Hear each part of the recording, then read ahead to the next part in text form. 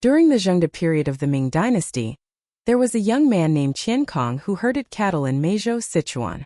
Qian Kang's father had a strange disease and died when he was old enough to understand. His mother Zhao raised him up.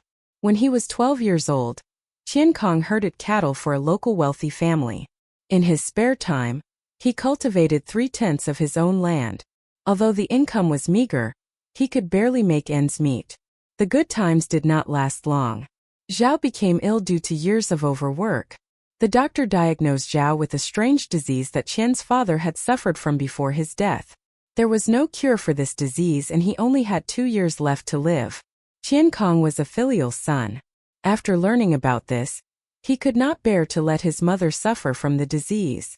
So he sold his land and property and visited nearby doctors. Famous doctors tried to find a good prescription, but they were unsuccessful. He used many prescriptions but none of them worked.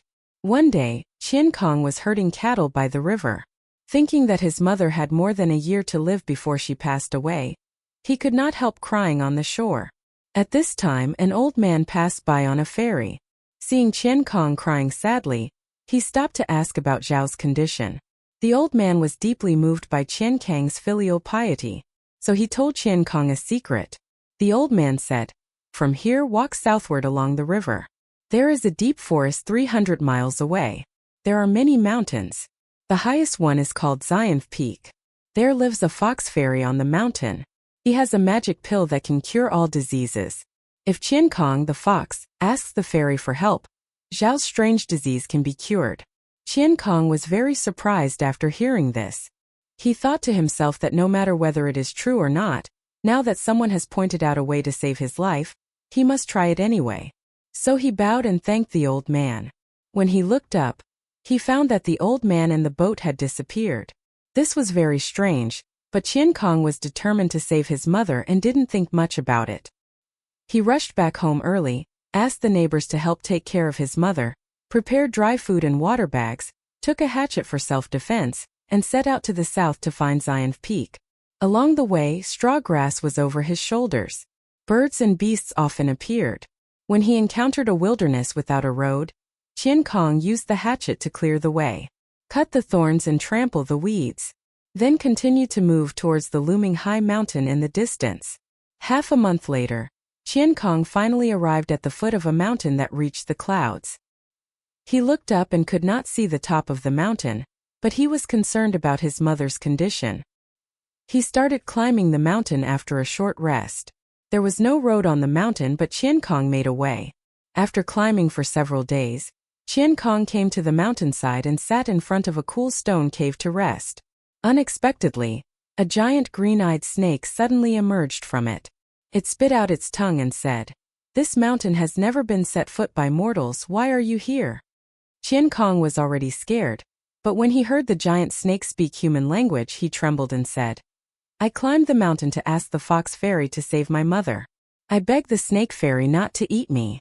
The giant snake stared at Qian Kang for a while and said, "I have been practicing here for 1,000 years, absorbing the spiritual energy of heaven and earth. Your flesh is sour. I don't want to eat it. The fox fairy is very stingy. How can he be willing to give you the elixir?" Qian Kang said again, "I will impress him with sincerity." The giant snake smiled and turned into a beautiful man in flowery clothes. He approached Qian Kang and said, "In this case, I will help you." Before Qian Kang could react, the beautiful man in flowery clothes took Qian Kang to the sky. In the blink of an eye, they reached the top of Xiunv Peak. The top of the mountain was sunny and breezy, and there were rare and precious plants everywhere. Lingji fruits were everywhere, and the fragrance of flowers was fragrant. There was a green lake in the middle with fairy air. The lake was not big, and there was a small island in the middle. A dignified and beautiful woman sat in the pavilion above.